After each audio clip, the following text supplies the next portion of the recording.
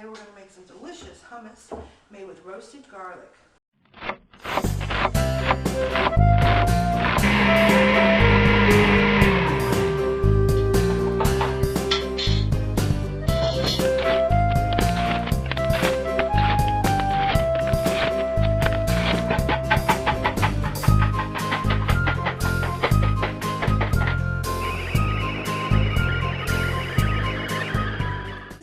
Make the hummus. What I do is I'm going to make a double batch, but I take 2 cans of garbanzo beans and I drain them and I keep the liquid because the liquid is going to help you cut down the calories from using so much oil.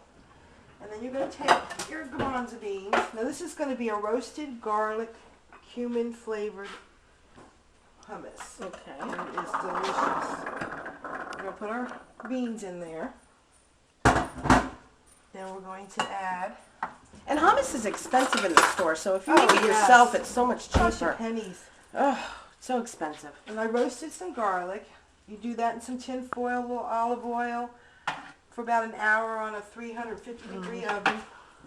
Wrap it up in tin foil. This is a double batch. Usually I use 1 clove per can. And when you also squeeze it like this. This helps get it out. Right. So when you roast garlic, what you do is you just take the whole garlic, chop the top off on the top. Yeah, you just slice the top off. And then you salt, peel pepper, off garlic, or olive oil.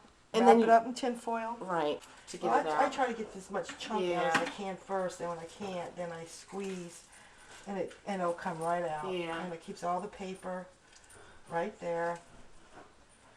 Okay. Now, we don't want that paper in there. You got that in there. Now what you're going to add next is some salt. What, like a half a teaspoon? A teaspoon. A teaspoon? To a teaspoon and a half. Okay. Some pepper. A cumin. I like good cumin. I do too. It makes a big difference. A cumin. And you dabble that in there. Now what we're going to do is we're going to turn it on. Just mash it up a little. And now you can see how this is crumbling. You don't want it crumbly. You want it nice and smooth. So what I do is I take some of the liquid, put it in a measuring cup. How much is that? Oh, it doesn't. It's the 2 cans because you may use all of it and you may not because you want to leave some of it so you can add some of your olive oil. Oh, I see. So you don't want it too juicy yet.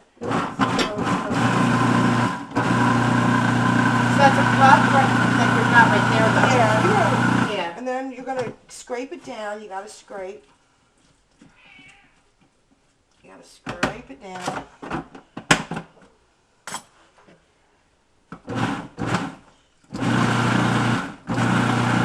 You can tell by the texture. And what I usually do is when I get it to like this kind of texture here, I start adding my olive oil. And I'm only going to add, the most I'm going to add is maybe 1/3 of a cup to 1/4 of a cup. I'm going to drizzle it in there. This gives it lots of flavor too. You'll see it loosening up.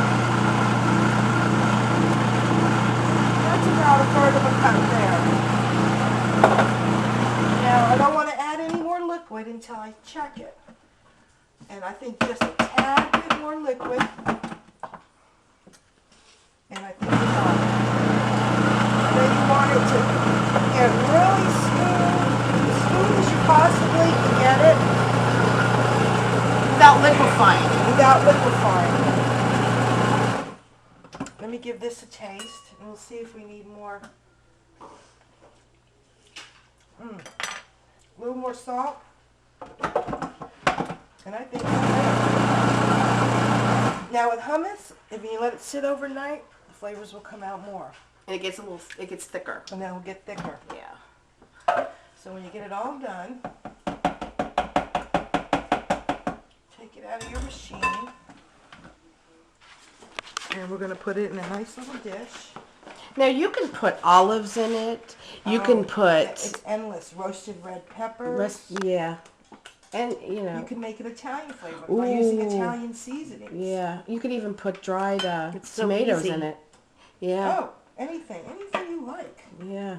And it's so expensive in the store, and it's so cheap to make at home. And what I usually eat hummus with is if I have the flatbread. I got the whole wheat. You can make pita chips. You can, whatever you like. Vegetables. Crackers. Anything you want, Yeah. it's good. Yep. So this is how it is when it's all done. Really good. You take, this is soft bread, and you just dip it in there. Let me taste this. It's delicious. Oh. Mmm. Taste the olive oil. Isn't that good? That is delicious. And it is so good for you. Very good, Sandy. It's very nice. You can put black olives in it when you put in the processor. You can put roasted red peppers. It's endless possibilities. Okay. Check out our website. It's thecozykitchen.org. And there we have like a little stationery kind of thing on each page. And you just print it out. And it has little notes where you can put your little notes in as you watch the video.